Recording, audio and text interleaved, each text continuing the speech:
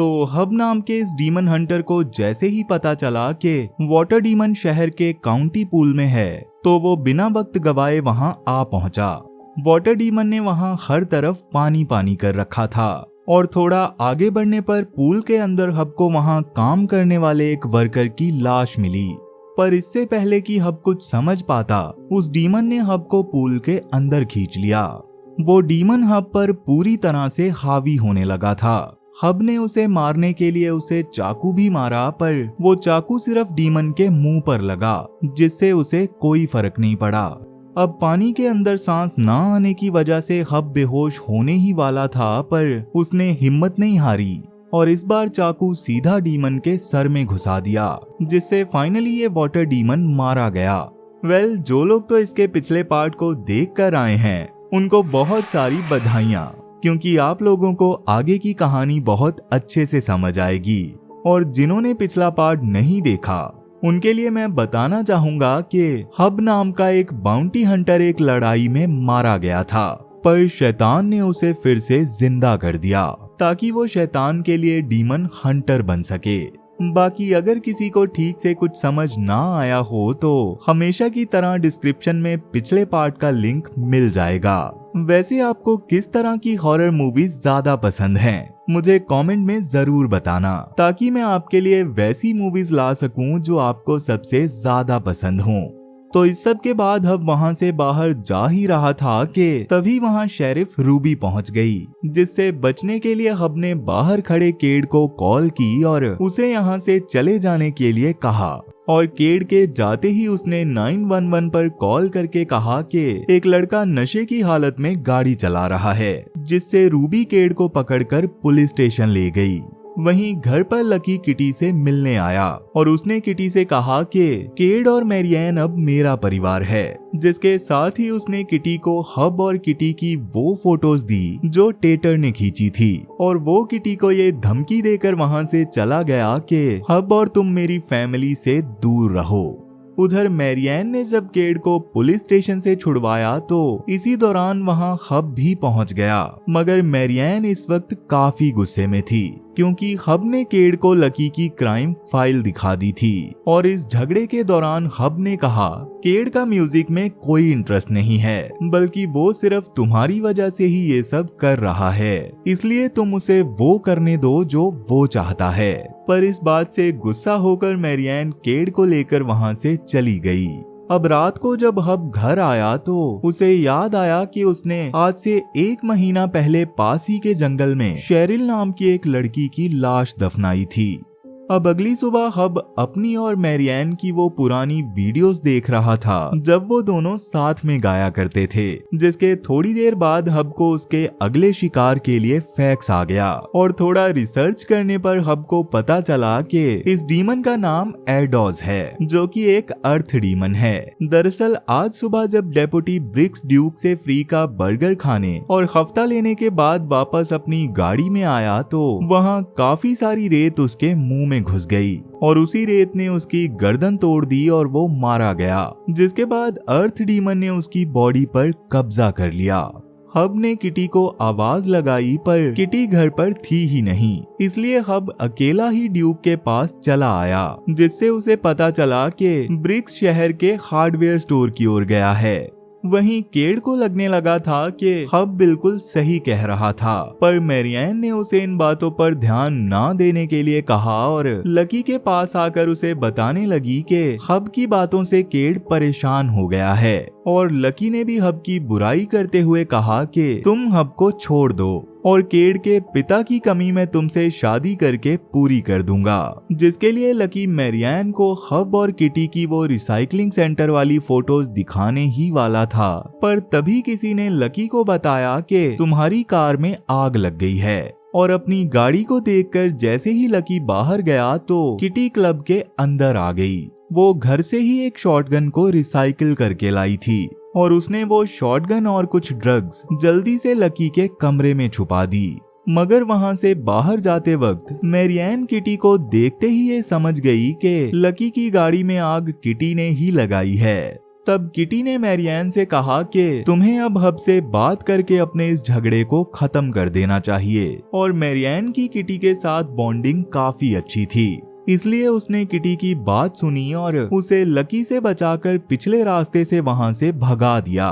Kitty के जाते ही Marrion ने हब की लोकेशन निकाली और सीधा हब के पास उस हार्डवेयर स्टोर में चली आई, जहां मैरियन ने हब से इस बात पर झगड़ा करना शुरू कर दिया कि तुम्हारी बातों की वजह से केट डिप्रेशन में है और तुमने अपनी माँ को लकी की गाड़ी जलाने क्यों भेजा था। मगर हब को इस बारे में तो नहीं पता था, पर ये जरूर पता था कि अर्थ डीमन की वजह से ये जगह सुरक्षित नहीं है, इसलिए उसने जल्दी से मैरियन को यहाँ से जाने के लिए कहा। पर वहां से जाते वक्त मैरियन को एक मिट्टी का ढेर मिला, जिसके पीछे वहां काम करने वाले वर्कर की लाश पड़ी थी।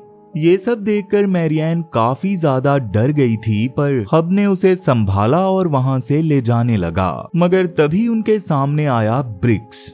मैरियन को ब्रिक्स सिर्फ एक पुलिस वाला दिख रहा था, लेकिन जब हब की चलाई गोलियों से भी उसे कुछ नहीं हुआ, तब मैरियन को समझ आया कि ये इंसान नहीं है। अब हब ने जैसे ही मैरियन को वहां से भेजा तो डीमन ने उस पर हमला कर दिया और गन हब के हाथ से छूट गई।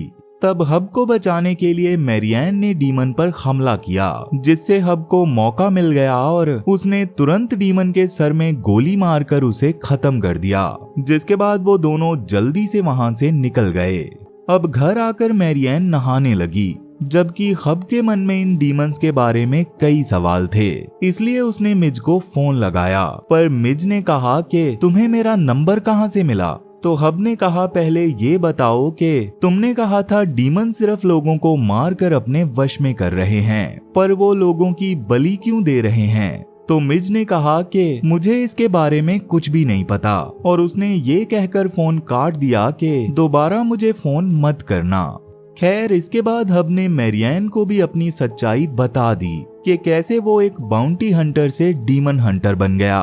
और ये सब सुनकर फाइनली मैरियन को यकीन हुआ कि लकी ने सच में हब का गला काट दिया था, और हब जो भी उसके बारे में बता रहा है वो सब सच है। इसलिए उसने फिर से हब से पैचअप कर लिया और लकी को छोड़ने का फैसला कर लिया। पर इसी दौरान किटी ने कॉल करके मैरियन और हब को बुलाया, क्योंकि उसने लकी को अपनी छुपाई शॉटगन और ड्रग्स के केस में फंसा दिया था। असल में ये शॉटगन वही शॉटगन थी जिससे इन्होंने फादर रॉन को मारा था, यानी कि अब लकी पुलिस को इसके बारे में कुछ भी नहीं बता पाएगा, क्योंकि ऐसा करने पर उनके साथ साथ वो खुद भी फंसेगा। इसके बाद मैरियन लकी से बात करने आई और लकी उसे सफाइयां देने लगा, पर मैरियन ने कहा कि अब इसका कोई फायदा नहीं है, क्योंकि मैं सच्चाई जान चुकी हूँ। जिसके साथ ही उसने लकी से कहा कि सोचो, तुम्हारे गुंडों द्वारा गला काटने के बाद भी हब जिंदा है, इसलिए तुम खुद सोच कर देखो कि वो कोई आम इंसान नहीं है, और उससे दूर रहने में ही तुम्हारी भलाई है। जिसके बाद हब ने भी केट से अपनी गलती की माफी मांगी और उसे थोड़ा मोटिवेट किया, और उसे मैरियन के साथ इस शहर से बाहर भेज दिया, ताकि वो दोनों डीमन की पहुंच से दूर रहें। जिसके थोड़ी देर बाद वहां ऑफिसर रूबी आ गई, जिसको अब हब पर शक होने लगा था कि ऑफिसर ब्रिक्स को हब ने ही मारा है, क्योंकि उसके मरने से पहले हब उसे ढूंढ रहा था। पर इस वक्त उसके पास कोई सबूत नहीं था, इसलिए फिलहाल वो वहां से चली गई। लेकिन इतना सब करने के बावजूद अगले ही दिन लकी जेल से छूटकर वापस आ गया। वहीं हब को काले जादू की किताब में एक उल्टा 5 कोनों वाला स्टार मिला, जिसे रिवर्सल ऑफ सेंटिटी कहते हैं, और इस स्टार के 5 कोनों पर 5 तत्वों को मेंशन किया हुआ था। हब उस स्टार को मैप पर लगाकर उन जगहों पर मार्क करने लगा जहां जहां उसे डीमंस मिले थे। असल में इन डीमंस ने जिन वर्कर्स को मारा था, उस हर वर्कर की लाश के साथ वहां एक खास पैटर्न भी बना हुआ था, जिसका मतलब है कि वो लोग सिर्फ मरे नहीं थे, बल्कि उन डीमंस ने इनकी बलि दी थी। और उन लोगों को मारकर ये डीमंस वही उल्टा 5 कोनों वाला स्टार बनाकर कोई रिचुअल कर रहे थे।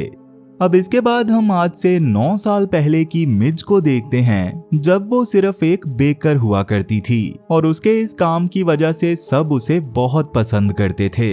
लेकिन एक दिन अचानक उसे पता चला कि उसके बेटे बेंजी को कैंसर है और बेंजी के इलाज के लिए उसे बहुत सारे पैसों की जरूरत थी। इसलिए उसने अपने बच्चे को बचाने के लिए अपना सामान तक बेचना शुरू कर दिया था। मगर इसके बावजूद वो उतने पैसे जमा नहीं कर पा रही थी जितनी उसे जरूरत थी। इसलिए एक दिन उसने अपनी किडनी बेचने के बारे में सोचा, पर इंटरनेट से उसे पता चला कि ऐसा करना गैर कानूनी है। मगर वहीं पर उसे पोटोगोल्ड कंपनी की एड दिखी जिसमें फुल मेडिकल बेनिफिट्स को मेंशन किया हुआ था। मिज ने जब उस एड पर क्लिक किया तो उस एड का कैरेक्टर कहने लगा कि इसके लिए तुम्हें अपनी आत्मा मुझे बेचनी होगी। मिज को ये सब बकवास लग रहा था, इसलिए वो एग्जिट करने की कोशिश करने लगी।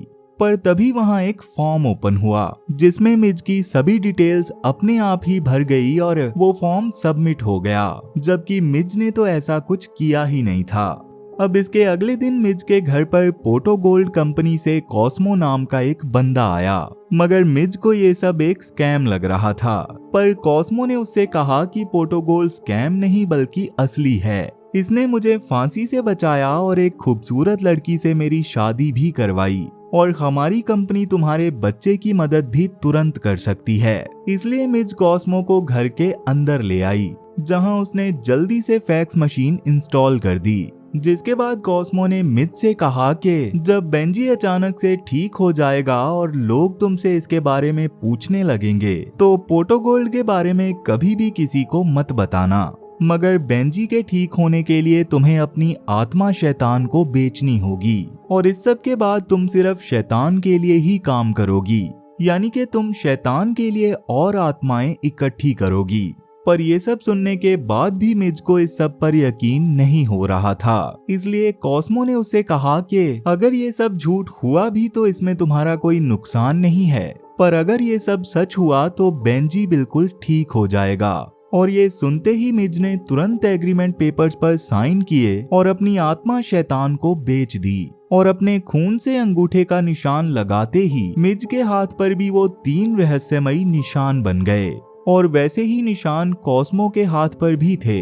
जिसके बाद अचानक मिज को आईने के अंदर नरक का दृश्य दिखने लगा और आईने में वो कॉस्मो के भी उस रूप को देख पा रही थी जो आम इंसान नहीं देख सकते थे। अब यहाँ से कहानी वर्तमान में आती है, जहाँ बेंजी अब बड़ा हो चुका था और वो पूरी तरह से तंदुरुस्त था। मिज खुद चाहे जो भी काम करती हो, पर वो बेंजी को शैतान और हर तरह की बुराई से दूर रखती है। पर इसी बीच मिज को हब की कॉल आई, जो इस वक्त उसके घर के बाहर खड़ा था। इसलिए वो बाहर आकर हब पर बंदूक तान कर पूछने लगी कि आखिर तुम यहाँ क्यों आए हो। तो हब ने कहा कि मुझे डीमंस द्वारा दी गई बलि के बारे में बात करनी है। पर मिज ने कहा कि इसके लिए तुम हॉटलाइन को कॉल करो। लेकिन हब कहने लगा कि पहले मुझे लगता था कि तुम भी मेरी ही तरह मरकर जिंदा हुई हो, पर मैंने तुम्हारे बारे में कुछ आर्टिकल्स पढ़े जिनसे मुझे पता चला कि तुमने अपने बेटे के लिए शैतान से अपनी आत्मा का सौदा किया है। मगर तुम मेरी तरह डीमंस का शिकार नहीं करती, इसलिए बताओ तुम आखिर क्या काम करती हो। तो मिज ने कहा कि मैं डॉक्यूमेंट साइन करवा के शैतान के लिए आत्माएं इकट्ठी करती हूँ। और एक बार जब मैंने ये सब छोड़ने की कोशिश की थी तो बेंजी का कैंसर वापस आ गया था, जिस पर हब ने कहा मुझे कुछ ऐसा मिला है जिससे हम इस सब से निकल सकते हैं। पर मिज ने कहा कि मैंने अपने बेटे के लिए अपनी आत्मा बेची, जबकि तुम्हें नर्क तुम्हारे बुरे कर्मों की वजह से भेजा गया था, इसलिए हमारे रास्ते अलग हैं। और उसने हब को यहाँ से चले जाने के लिए कहा, इसलिए हब उस फाइल को वहीं छोड़कर वहाँ से चला गया। लेकिन रास्ते में किटी ने हब को कॉल करके बताया कि तुम्हारा अगला टारगेट है स्लैप्रिस, जो कि एयर डीमन है। ये डीमन जुड़वा है और अपने शिकार को मौत का चुम्बन देता है। दरअसल मलिक नाम का आदमी जब अपनी गर्लफ्रेंड जोई के साथ झील के पास कुछ प्यारे पल बिताने आया तो वहीं पर मॉन्स्टर ट्रक में एक और आदमी आ पहुंचा जो यहाँ फिशिंग करना चाहता था, मगर मलिक ने उससे कहा कि मैं इससे भी बड़ी झील तुम्हारे नाम कर दूंगा, पर अभी के लिए प्लीज तुम मुझे और मेरी गर्लफ्रेंड को अकेला छोड़ दो और यहाँ से चले जाओ। लेकिन उस आदमी को ये बात पसंद नहीं आई, जिसकी वजह से उन दोनों में झगड़ा होने लगा। पर इसी बीच वहाँ पर जुड़वा डीमन आ पहुँचे और उन्होंने दोनों गाड़ियों के टायर फोड़ दिए, जिसके धमाके से जोई काफी दूर जाकर गिरी, मगर वो मॉन्स्टर ट्रक मलिक और उस आदमी के ऊपर गिर गया, जिससे उनका कचूमर निकल गया। पर उनके मरते ही एयर डीमंस ने उन दोनों पर कब्जा कर लिया। इसलिए किटी ने हब को उस झील के पास जाने के लिए कहा, मगर जब हब वहां पहुंचा तो वहां उसे काफी सारा खून दिखा, लेकिन इसके अलावा वहां पर कोई भी नहीं था। पर हब द्वारा मैप पर बनाए उन निशानों से उसे पता था कि ये डीमन जरूर ईस्ट की ओर गए हैं। इसलिए वो ईस्ट में एक ब्रिज के पास चला आया, जहां वो जुड़वा डीमन जोई को बलि देने के लिए ले जा रहे थे। इसलिए हब ने दूर से ही उन डीमंस का सर उड़ाने की कोशिश की, पर बार बार उसका निशाना चूक रहा था। और इसी बीच लकी ने अपनी गाड़ी से हब की गाड़ी को उड़ा दिया और उसे बेहोश करके अपने साथ ले गया। किटी जब हब को ढूंढते हुए उस जगह पर आई तो उसे लगा शायद डीमंस हब को ले गए हैं, और इस ख्याल ने उसे काफी डरा दिया था। अब वहां से वापस जाते वक्त किटी रास्ते में जमा भीड़ को देखकर गाड़ी से उतर आई, और वहां उसने देखा कि एक ट्रायंगल शेप के अंदर जोई की लाश पड़ी हुई थी। तभी किटी को वहां देखकर ऑफिसर रूबी उससे पूछताछ करने लगी, क्योंकि उसे किटी पर शक होने लगा था। पर किटी जैसे तैसे उसके सवालों से बचते हुए वहां से निकल गई। वहीं लकी ने हब को उसी के गैरेज में लाकर बांध दिया था। हब ने उसे समझाने की बहुत कोशिश की कि बाहर नर्क से आए हुए डीमंस घूम रहे हैं, मगर लकी को उसकी बातों पर बिल्कुल भी यकीन नहीं था। उसने कहा, मैं जानता हूँ कि मैं और मैरियन अलग हो चुके हैं और मैरियन अब मेरे पास वापस कभी नहीं आएगी, पर वो ये नहीं जानती कि मैंने तुम्हें मारने की कोशिश इसीलिए की क्योंकि पहले तुमने मुझे मारने की कोशिश की थी, जिसके लिए उसने मोबाइल में वीडियो रिकॉर्डिंग चालू की ताकि वो इस वीडियो को मैरियन को भेज सके, क्योंकि वो चाहता था अगर मैरियन उसकी नहीं हुई तो वो उसे हब की भी नहीं होने देगा। इसलिए वो हब को मार मार कर उसे इस बात को कबूल करने के लिए कहने लगा। दरअसल आज से 1 महीने पहले हब लकी के क्लब में आया था, जहां उसकी मुलाकात शेरिल नाम की बारटेंडर से हुई, जिसने हब को बताया कि लकी भले जैसा भी है, पर मुझे अब वो अच्छा लगने लगा है। और उनकी इस बातचीत के दौरान वहां लकी भी आ पहुंचा। हब ने लकी को कई बार समझाया कि वो मैरियन से दूर रहे, पर जब उसके बार बार बोलने के बाद भी लकी नहीं माना तो उसने लकी को एक जोरदार मुक्का मार दिया। इसलिए लकी के एक आदमी ने हब को मार मार कर क्लब से बाहर फेंक दिया। लेकिन हब ने वहां से जाने की बजाय अपनी कार में ही बैठकर काफी सारी शराब पी और नशे की हालत में ही गन लेकर फिर से क्लब के अंदर चला आया। वहां जैसे ही हब को हैट पहना लकी दिखा तो उसने बिना देरी किए उस पर गोली चला दी। पर जब उसने देखा तो वो लकी नहीं बल्कि शेरिल थी, जिसने लकी की हैट पहनी हुई थी। हब ने उसे बचाने की बहुत कोशिश की, पर तब तक बहुत देर हो चुकी थी। इसलिए हब ने जल्दी से सारे सबूत मिटाए और चुपके से शेरिल की लाश को लेकर वहां से निकल गया। पर उसे नहीं पता था लकी ने उसे देख लिया है, और इस वक्त लकी हब को मार मार कर यही कबूल करने के लिए कह रहा था। लेकिन इस सब के बीच वहां वो डीमंस भी आ पहुंचे, जिन्होंने लकी को देखते ही उस पर हमला कर दिया। लकी ने उन पर गोलियां भी चलाई, पर वो गोलियां उनका कुछ भी नहीं बिगाड़ पाई। इसलिए जैसे तैसे करके हब ने अपने हाथ छुड़वाए और अपनी शॉटगन से एक डीमन को मार दिया, और इसी मौके का फायदा उठाकर लकी वहां से भाग निकला। पर अंदर हब की शॉटगन में गोलियां अब खत्म हो चुकी थी, जबकि दूसरा डीमन अभी भी जिंदा था। इसलिए हब ने जल्दी से वहां पड़ी चैन सॉ उठाई और सीधा उसे डीमन के सर में घुसा दिया। और उन डीमंस को मारने के बाद हब ने अपनी माँ को कॉल करके बताया कि मैं घर पर हूँ, तो आप जल्दी से वापस घर आ जाओ।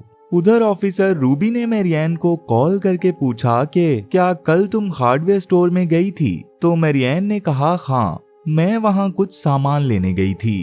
तो रूबी ने पूछा, क्या हब भी तुम्हारे साथ था? पर मैरियन ने इस बात से साफ इनकार कर दिया। लेकिन रूबी ने उस स्टोर की कैमरा रिकॉर्डिंग में मैरियन को हब के साथ देख लिया था, इसलिए उसने अपने ऑफिसर्स को मैरियन का फोन टैप करने के लिए कहा। वहीं किटी ने जब घर आकर हब की मरहम पट्टी करना शुरू किया तो हब उन्हें शेरिल के साथ हुए हादसे के बारे में बताना चाहता था, लेकिन उससे पहले ही वहां मैरियन और केड पहुंच गए। पर हब इस वक्त खून से लथपथ था और वो ऐसी हालत में अपने बेटे के सामने नहीं आना चाहता था। मैरियन ने कहा, रूबी को हमारे बारे में कुछ ना कुछ तो जरूर पता है और केड भी डीमंस के बारे में सारी सच्चाई जानना चाहता था, इसलिए केड के बार बार कहने पर हब को बाहर आना ही पड़ा। हब ने केड और मैरियन को डीमन की लाश दिखाते हुए कहा कि जब तक सब ठीक नहीं हो जाता तुम्हें यहाँ से जाना होगा। मगर केड और मैरियन ने जाने की बजाय ये फैसला किया कि अब से वो दोनों इस काम में हब की मदद करेंगे। जिसके बाद हब और मैरियन गैरेज की सफाई करने लगे और किटी और केड को उन्होंने डीमन की लाश को दफनाने भेज दिया। तब सफाई के दौरान उन्हें लकी का फोन मिला और उसी फोन में लकी ने हब की शेरिल वाली वीडियो बनाई थी और हब ये नहीं चाहता था कि मैरियन को इसके बारे में कुछ भी पता चले, इसलिए किटी और केड के वापस आने पर जैसे ही मैरियन बाहर गई तो हब ने उस फोन को तोड़ दिया। खैर अब वो पूरी फैमिली एक साथ काम कर रही थी, जिससे किटी बहुत खुश थी, इसलिए उसने हब से कहा कि मैं अब नहीं जानना चाहती कि तुम्हें नरक क्यों भेजा गया था, क्योंकि मैं जानती हूँ तुमने वो सब गलती से किया होगा। और हब ने कहा कि मैं उस गलती को सुधारने की पूरी कोशिश कर रहा हूँ। मगर इसी बीच उन्हें पोर्टोगोल से उनके अगले टारगेट का फैक्स आ गया और इस बार वाले डीमन का नाम था पायरलिस, जो कि एक फायर डीमन है और ये अब तक मिले सभी डीमन से ज्यादा खूंखार और ताकतवर है। पर इस बार उन्हें ये नहीं बताया गया था कि इस डीमन ने किसके शरीर पर कब्जा किया है। हब ने कहा कि हमें जल्दी से इस डीमन को मारना होगा, क्योंकि ये 5 डीमंस में से आखिरी डीमन है और अगर इसने भी किसी इंसान की बलि दे दी तो उनका 5 कोनों वाला स्टार पूरा हो जाएगा। मगर वहाँ सबको इस बात की चिंता थी कि हब जब इस आखिरी डीमन को भी मार देगा तो शैतान उसे नरक वापस भेज देगा, इसलिए वो सब लोग हब के लिए प्रे करने लगे।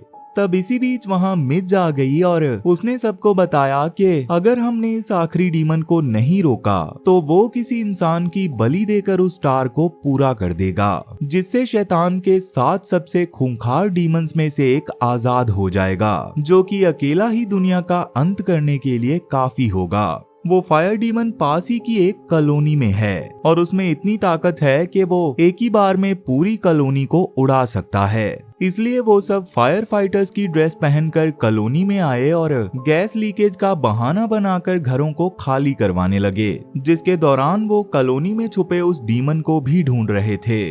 वहीं एक सिरफिरा आदमी अपने घर से निकलने को तैयार ही नहीं था, जिसके लिए उसने हब पर गोली तक चला दी थी, पर हब उससे बच निकला। हब ने किसी तरह उस घर में घुसकर उस आदमी को बेहोश कर दिया और उन सब ने मिलकर उस सरफिरे को भी वहां से बाहर निकाल दिया। वहीं मिज जब एक घर में आई तो वहां उसे एक बच्चा मिला और अपने खास आईने में देखकर उसे पता चला कि फायर डीमन इस बच्चे के अंदर है। दरअसल ये बच्चा जब पार्क में खेल रहा था तो वहीं पर फायर डीमन ने इसे अपना शिकार बना लिया था और मिज ने उस डीमन पर गन तो तान दी थी, पर एक माँ होने की वजह से वो उस बच्चे को नहीं मार पाई और इसी बात का फायदा उठाकर डीमन ने उस पूरे घर को ही ट्रायंगल शेप में उड़ाकर मिज की बलि दे दी और इस आखिरी बलि के साथ ही डीमंस का वो स्टार भी पूरा हो चुका था, जिसकी वजह से हब की फैमिली इस वक्त काफी परेशान थी। वहीं लकी सीधा पुलिस स्टेशन पहुंचा और उसने रूबी को हब की वो फोटोज देकर फंसा दिया। उसने कहा कि हब ने मैरियन को भी किसी काले जादू की मदद से अपने कंट्रोल में किया हुआ है। रूबी को इन सब चीजों पर शायद यकीन नहीं था, पर फाइनली उसके हाथ में वो सबूत लग चुके थे जिनके दम पर अब वो हब को पकड़ सकती है। उधर मूड ठीक करने के लिए हब और उसकी फैमिली ने एक साथ गाना गाया, जिसके बाद मैरियन ने हब को फिर से एक मौका दिया और वो दोनों इंटीमेट होने लगे।